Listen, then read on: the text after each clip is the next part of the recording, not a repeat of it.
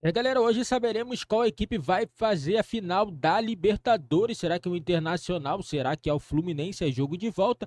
O primeiro jogo terminou empatado 2-2 no Maracanã. Tivemos um bom jogo, um jogo de muitos gols, né? E hoje será definido no Beira-Rio o primeiro finalista da Libertadores. Do outro lado da chave teremos aí Palmeiras e Boca Juniors. Poderemos ter em mais um ano, né, uma final brasileira, galera. Deixa nos comentários aí o que vocês acham, qual a equipe que vai passar para a final da Libertadores. Será que é o Internacional? Será que é o Fluminense? Vamos acompanhar aqui as últimas informações das duas equipes. E no final também vou passar a provável escalação de Internacional e do Fluminense. De 9 horas para a bola rolar aqui no Beira-Rio. O gramado está impecável, os últimos retoques já foram feitos.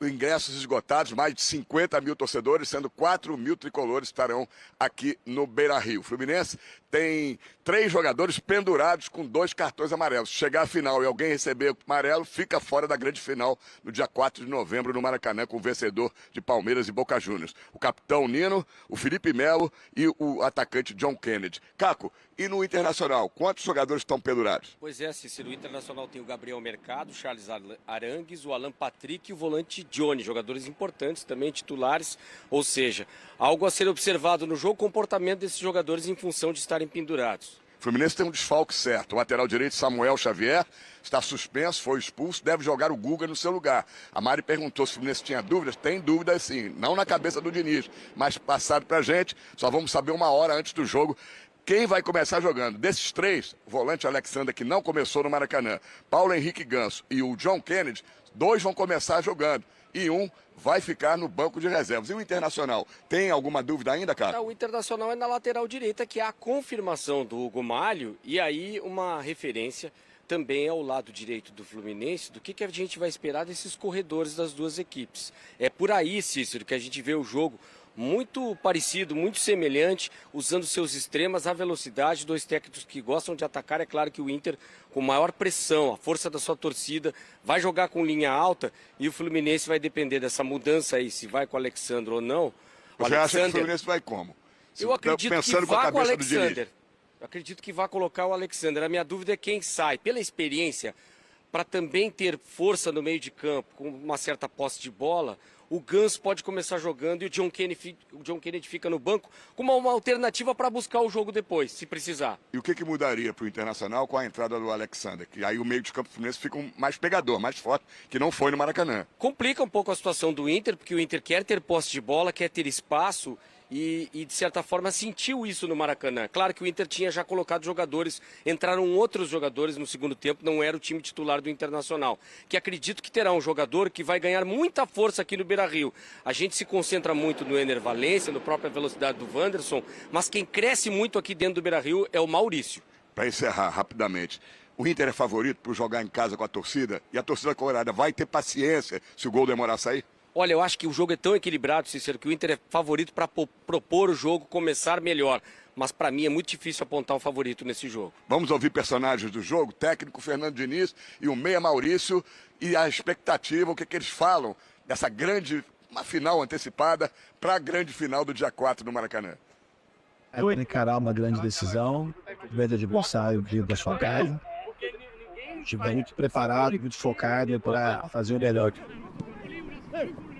Frase que eu poderia falar assim sobre o jogo, sobre a expectativa também é muito alta. Eu acho que vai ser uma linda festa da torcida e espero que a gente também possa fazer um excelente jogo dentro de campo. Jogar contra o Fluminense é um jogo difícil, é um pouco complicado em questão da formação deles. Eles se movimentam muito mais do que qualquer outra equipe em relação a também querer desorganizar a nossa equipe.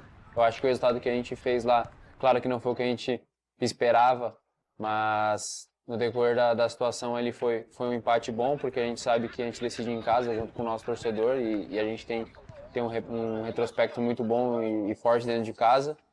Cícero e Caco, fica com a gente aqui no papo, porque a gente tem alguns números brasileiros em finais de Libertadores.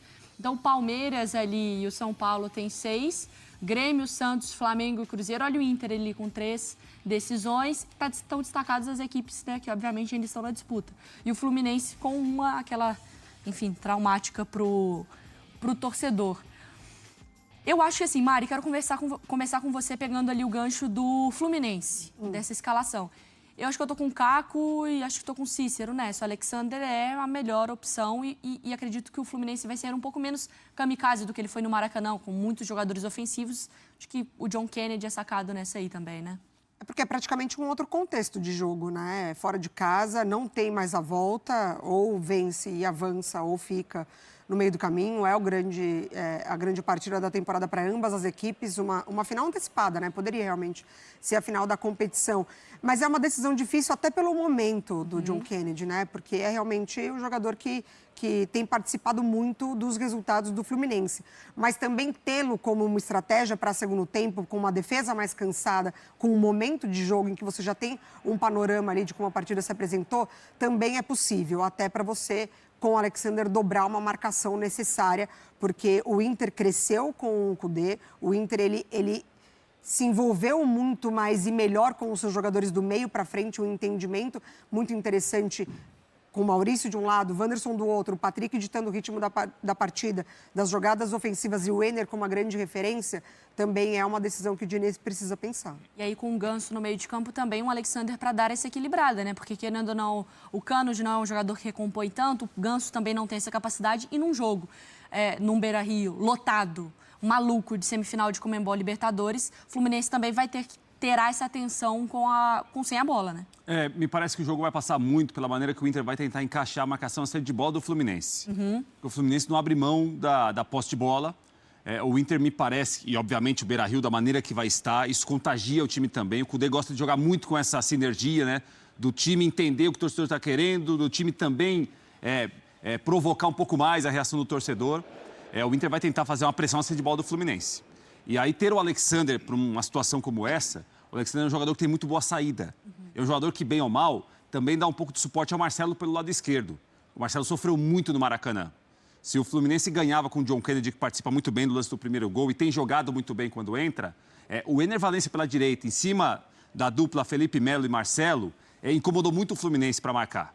Né? Então o Alexander em campo, o Marcelo, entre aspas, tem liberdade para jogar, às vezes para atacar, porque o Alexander fica um pouco mais, até como lateral para defender. Sem o Samuel, vai passar muito... Então me parece que vai passar muito por aí. Se o Alexander for escolhido pelo Diniz mesmo, tem total lógica ele começar jogando hoje no Beira-Rio, pelo que a gente projeta e imagina do jogo, né? Ô Cícero e Caco, também tem uma questão, porque vocês falaram aí, destacaram, obviamente, Cano, e a gente fala sobre o Ganso, fala sobre o Alexander, fala sobre o Marcelo, mas esse duelo também de articuladores aí das duas equipes, né? Um Ganso como esse cérebro, mas o Alan Patrick, o futebol que esse homem tá jogando também é sacanagem, né? Muito regular. O problema é que o Ganso, ele não está na plenitude da forma física dele e técnica. Ele teve uma lesão, ficou afastado aí de 3 jogos, iria voltar, um dos poucos titulares, o único junto com o Samuel, que foi, com o Samuel Xavier, que foram a Cuiabá, com um time todo de reservas, e ele acabou não entrando. Como o Martinelli foi expulso, o Ganso não entrou porque ia ser muito sacrificante com um jogador a menos. Então, o Diniz deu na coletiva a explicação, que não usou o Ganso, que ele pretendia usar pelo menos por 30 minutos, por esse motivo. Tudo vai depender também do Ganso, é um jogo muito físico, né? E o Ganso é um jogador refinado, um jogador de toque de bola, mas que não gosta do contato físico. O Fluminense tem uma arma importante que é o John Arias, e ele se aproveitou 2 vezes da lentidão do René em alguns lances, o lance do primeiro gol e depois uma bola que quase saiu um gol, teve um escanteio, né? Se não me engano foi o lance do segundo gol, Sim, inclusive. Foi o lance do segundo gol. Ele recuperou a bola, a sequência saiu o segundo. Então, não tenha dúvida que o John Arias vai explorar ali em cima do René e que o Inter acho que está preparado para saber disso, né? E pelo lado esquerdo, se tem isso, concordo contigo, Cícero, pelo lado esquerdo de ataque do Inter, o Wanderson acredito que possa ter uma vantagem sobre o Guga também, porque o Samuel Xavier foi expulso justamente porque o Inter também avançou por ali.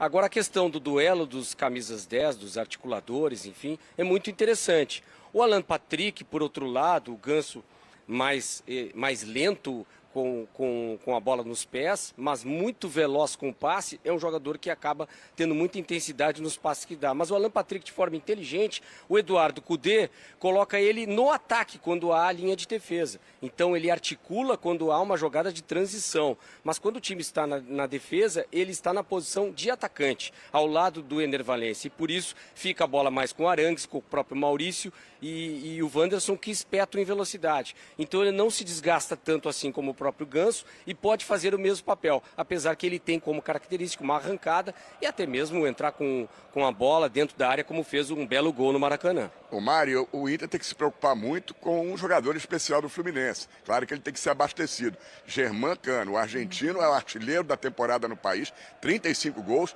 artilheiro da Libertadores da América com 11 gols, e nos 2 jogos que fizeram Fluminense e Inter, ele fez 3 gols.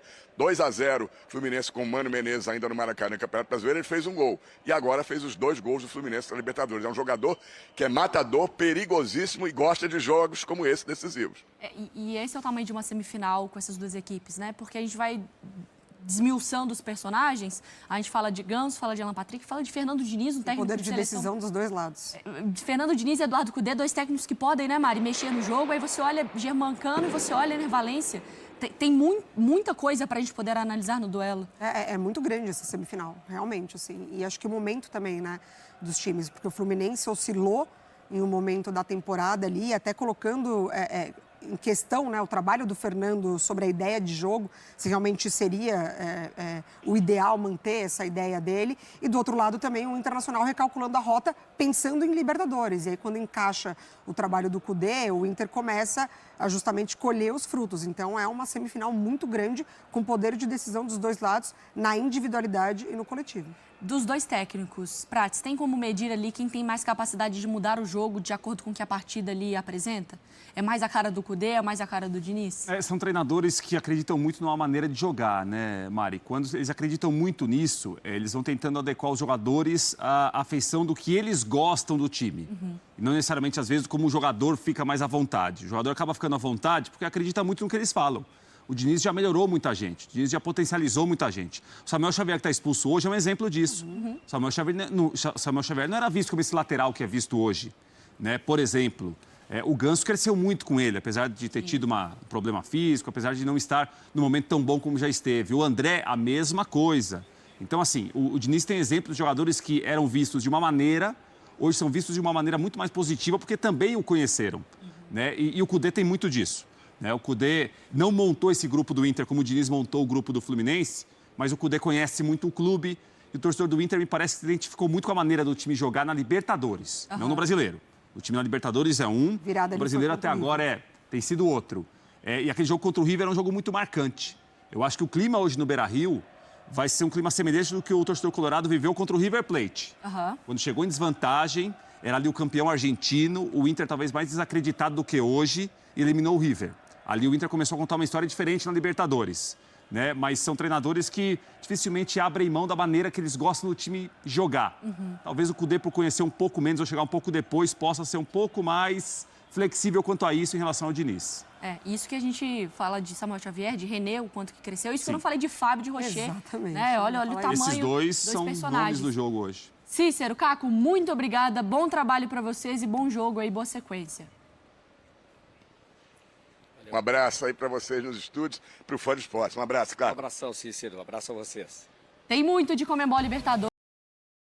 Galera, é isso aí, né? Vamos ver aqui a provável escalação do Internacional, que deve vir com Rochete, Vitão, Mercado, René, Malo, Johnny, Aranguiz, Maurício, Wanderson, Alan, Patrick e Ener Valencia. Esse deve ser o time ideal do Internacional para enfrentar a equipe do Fluminense no Beira-Rio, com mais de 50 mil torcedores. E já o time do Fernando Diniz, não teremos aí grande surpresa, né? A equipe deve vir com Fábio, Guga, Marcelo, Felipe Melo, Nino, André, Ganso, Arias, Keno, John Kennedy, Cano, galera. Essa é a provável escalação. Lembrando, né, ainda tem uma dúvida ainda, né, que nós temos, né, o Fernando Diniz não tem, mas nós temos a dúvida entre John Kennedy e Alexander, qual dos jogadores deve entrar hoje como titular, né, e nós só saberemos mesmo quando estiver faltando aí 40 minutos mais ou menos para poder iniciar esse jogo. Deixa nos comentários aí, galera, o palpite de vocês. Quem será que vai chegar à final da Libertadores? Será que o Fluminense chega a mais uma final?